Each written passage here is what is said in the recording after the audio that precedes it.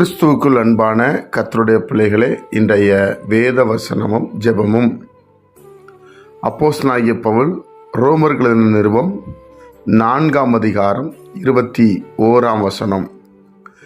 தேவன் வாக்குத்தத்தம் பண்ணினதை நிறைவேற்ற வல்லவராய் இருக்கிறார் என்று முழு நிச்சயமாய் நம்பி தேவனை மகிமைப்படுத்தி விசுவாசத்தில் வல்லவனானான்.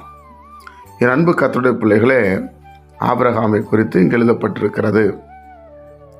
தேவன் வாக்குத்தத்தம் பண்ணினவர். ஆபிரகாமை அழைக்கும் போதே வாக்குத்தத்தத்தை கொடுத்து தான் அவர் அழைத்தார். இன்றைக்கும் நம்மளையும் அப்படிதான் ஆண்டவர் அழைத்திருக்கிறார். இன்றைக்கும் அநேகர் ஆண்டவரிடத்தில் வர காரணம் என்ன? ஒரு வாக்குத்தத்தத்தை கொடுக்கிறார். ரட்சிக்கப்பட்ட புதுசில் தேவனாகிய கர்த்தர் நம்மிடத்தில் சில வாக்கு தத்தங்களை கொடுத்து, ஆபிரகாமுக்கு என்ன வாக்கு தத்தத்தை கொடுத்தாரோ அதே போல வாக்கு தத்தங்களை கொடுத்து நம்மை நடத்தவர் உண்மையிலவராயிருக்கிறார். அதனால் இந்த வாக்கு தத்தத்தை சொன்னார்னா கட்டாயம் அவர் நிறைவேற்றுவார் என்கிற ஒரு முழு நிச்சயமான விசுவாசம் நம்மிடத்தில் இருக்க வேண்டும் என்று கர்த்தர் விரும்புகிறார்.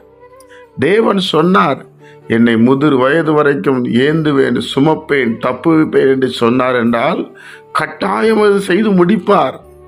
அதற்கிடையில் என்னுடைய தலையிலிருந்து ஒரு முடிய கூட கீழே விழுவதில்லை என்று கர்த்தர் சொல்லுகிறார். கணக்கில் வைக்கப்பட்டிருக்கிறது என்று சொல்லப்பட்டிருக்கிறது. என் அன்பு கர்த்தருடைய பிள்ளைகளே, அப்போ தேவன் நம்மளை அழைத்து வந்தவர் கட்டாயம் நம்மளை ஆசீர்வதிப்பார், வாக்கு தத்தத்தை நிறைவேற்றுவார். உங்களுக்கு வாக்கு பண்ணினாரா?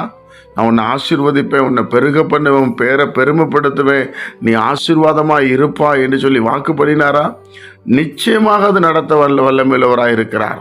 சில நேரத்தில் நாம் தான் வழிதவறி போக வேண்டிய ஒரு சூழ்நிலை இருக்கும். ஏன்னா நம்ம உலகத்தை பார்த்து சோர்ந்து போயிடுவோம், மற்ற ஜனங்களை பார்த்து சோர்ந்து போயிடுவோம்.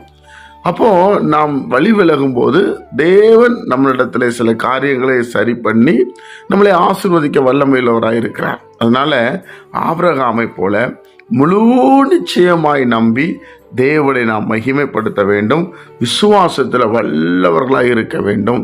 தேவனுடைய பிள்ளைகளே, அது ரொம்ப முக்கியமான காரியம். என்னன்னா, இயேசு கிறிஸ்துவையே நாம் சார்ந்திருக்க வேண்டும்.